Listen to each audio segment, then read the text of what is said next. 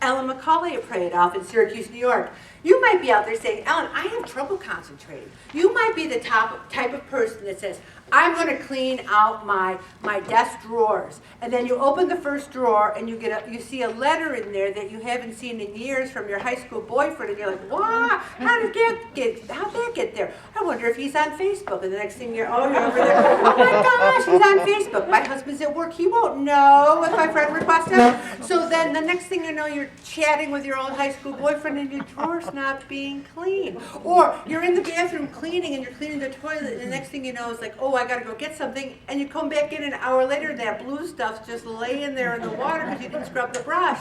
Are you concentrating on one task at a time? So, you need to train your brain to concentrate. Everything we do here, one person said to me, Ellen, how do you stay so organized? I write every single thing down. Everything. You might say, no, you don't. I go, yes, I do. I write up, dress, hair, bed, makeup. I write that down. Now you might say, are you going to forget to get up? Are you going to forget to get dressed? Are you going to forget to make your bed? I like to make my bed because I like to come home and see that it's made. It makes me happy. I do things that make me happy. I call my mother every single day. It is a privilege. And I write, call mom. Will I forget to call my mom? I don't think so. But I write it down anyway. People say, how did you remember that? I wrote it down. And then if I ever forget anything, it's when someone's yelling at me on the way out, Ellen, I won't be here next week. And I didn't write it down. That's why I don't do it. I write it all down. Trick your brain. If you write down exercise, I have to do it. I wrote it down. You see what I'm saying?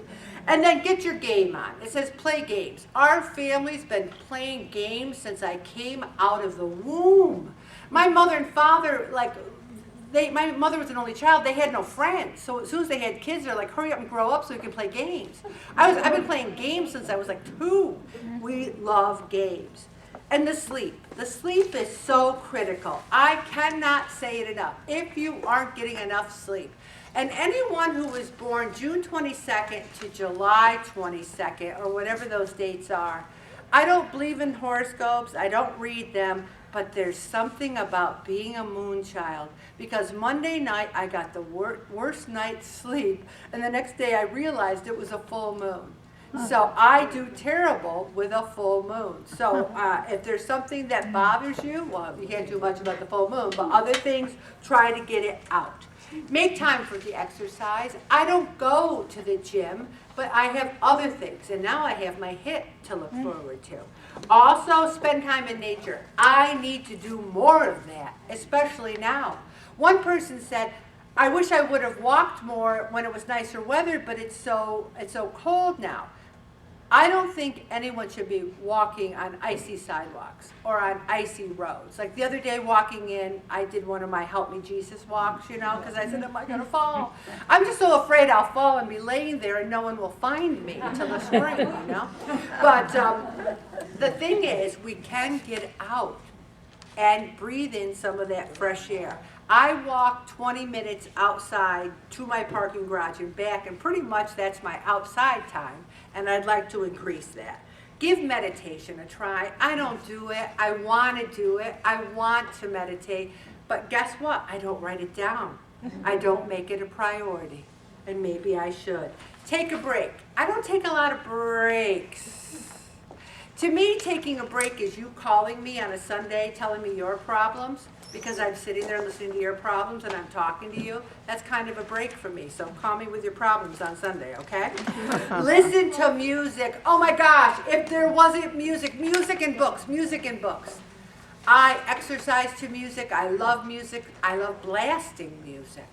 One time this neighbor, did I ever tell the story that the neighbor kid was playing rap in the driveway, and it was so loud, and it was so obnoxious, and I really don't like rap. I'm sorry, I'm just not a fan of rap. And it had a lot of swear words, and Vincent was really little then, and I was getting kind of mad. So I went over and very nicely said, hi, I have a little boy, and I was wondering, would you mind turning the music down? And he ignored me. I go, excuse me, hello? And he just wouldn't even look at me. So I went home and got my boom box so I could tell his stories. I put it in my window and I turned it to the radio station and I turned it up as loud as I could, and guess what song came on? I remember when rock was young, me and Susie had so much fun, Crocodile Rock, and it was so loud the whole house was shaking. All of a sudden I hear the rip, he's thinking, what is she playing over there? He turned his music down because he couldn't believe I was playing something, but my whole point is that music can be very powerful, and I strongly suggest it. Also, vary your diet. So many of you do not mix it up. We had chicken cacciatore this week, low sodium, just chicken, peppers, onions, low sodium sauce. That was homemade, tomatoes, all this, on spaghetti squash. It was a delicious meal. Drink caffeine? I do, but before noon, because I have to worry about my sleep. I'm not a big supplement person unless it's a vitamin, like calcium I have to take for my bones, etc. Also, try those mind games, like Wordle's very popular now, or a crossword puzzle. A lot of adults have ADHD that was never diagnosed. I mean, I can go across my kindergarten class and say, oh, I bet you Clifford had ADHD. He was bouncing off the walls. No one knew what it was then. Now, if you feel, I know many adults who have been diagnosed with it in their 40s, 50s, because they never were tested. You might have a little touch of it, and maybe that's why you can't concentrate. Also, set up a priority plan. Get over the guilt. So we have weight to lose, there's worse things in life. What good is it going to be feeling guilty about the pizza you had on Tuesday? It's over. Also, make yourself a priority. That is so important. I am a priority because I don't know about you guys, but I can barely look in the Sunday paper because that obituary section is so long. And I look at it because there might be people, I've been here forever, I know a lot of people, and I'm like, holy macaroni. Life is precious. We need to make ourselves a priority and discover your passions. And really quickly, in 2021, I think I told you guys about the Syracuse poster project. Maybe I didn't. There's a Syracuse poster project, and they have poetry, and then an artist draws a picture of the poem. And I collect them because I buy them at garage sales, but don't let, you know, they're expensive, but I buy them at garage sales. And I love them, and I hang them all over. They're so inspirational. So I saw in 2021 that they were calling for poets, and I'm like, calling for poets? I'm going to enter some poetry. Well, on Saturday morning, our Bob comes running in with the mail, and he's holding it like this.